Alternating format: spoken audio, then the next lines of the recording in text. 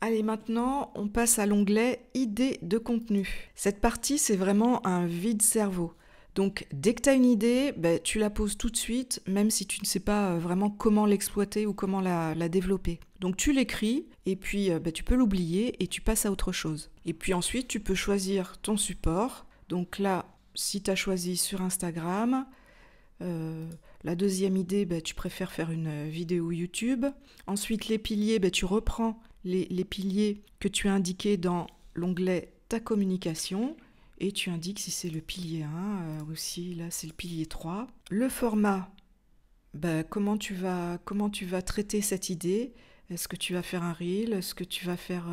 bon, YouTube, non, tu vas pas faire une story, mais une vidéo. Et enfin, le suivi à faire en cours publié. Après, pour cocher ces 4 colonnes, il n'y a pas d'urgence. Parce que parfois, quand on a une idée, elle nous pop en tête comme ça, et puis on ne sait pas forcément comment on va la traiter. Donc si tu coches les différents menus déroulants plus tard, c'est vraiment pas un souci. L'intérêt, c'est vraiment de déposer tes idées dès qu'elles te viennent. Et enfin, on va passer au planning éditorial.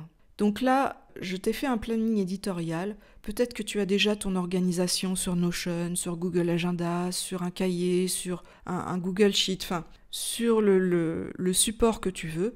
Si tu n'as pas encore d'organisation, je te l'offre. Voilà.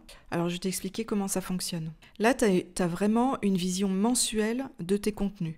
Donc là, au niveau de l'agenda, tu écris le mois, l'année, au cas où, et tu remplis avec les dates. Si, j'en sais rien, le 1er novembre, ça tombe un mardi, tu écris 1 ici, 2, 3, 4, 5, 6, etc. Et là, en dessous, il y a le tableau complet.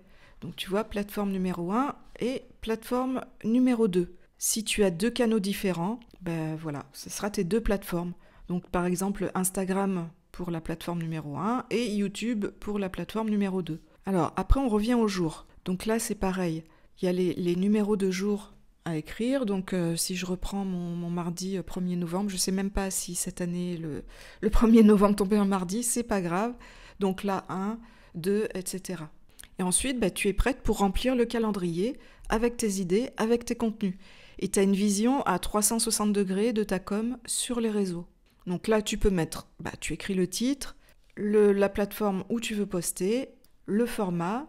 Là, tu peux écrire ton texte. Et enfin, à faire en cours, à programmer, planifier, publier. Alors, tu vois, je t'ai mis 3 onglets planning éditorial, donc le 1er mois, le 2e mois et le 3e mois. Mais écoute, voilà, on a fait le tour de ta roadmap de lancement. Et il n'y a plus qu'à remplir, à cocher, à avancer et à tout déchirer. Si tu as une question, tu peux m'écrire sur mon mail, je vais le rajouter là, laurence-castaner.com. Allez, au boulot. Ciao.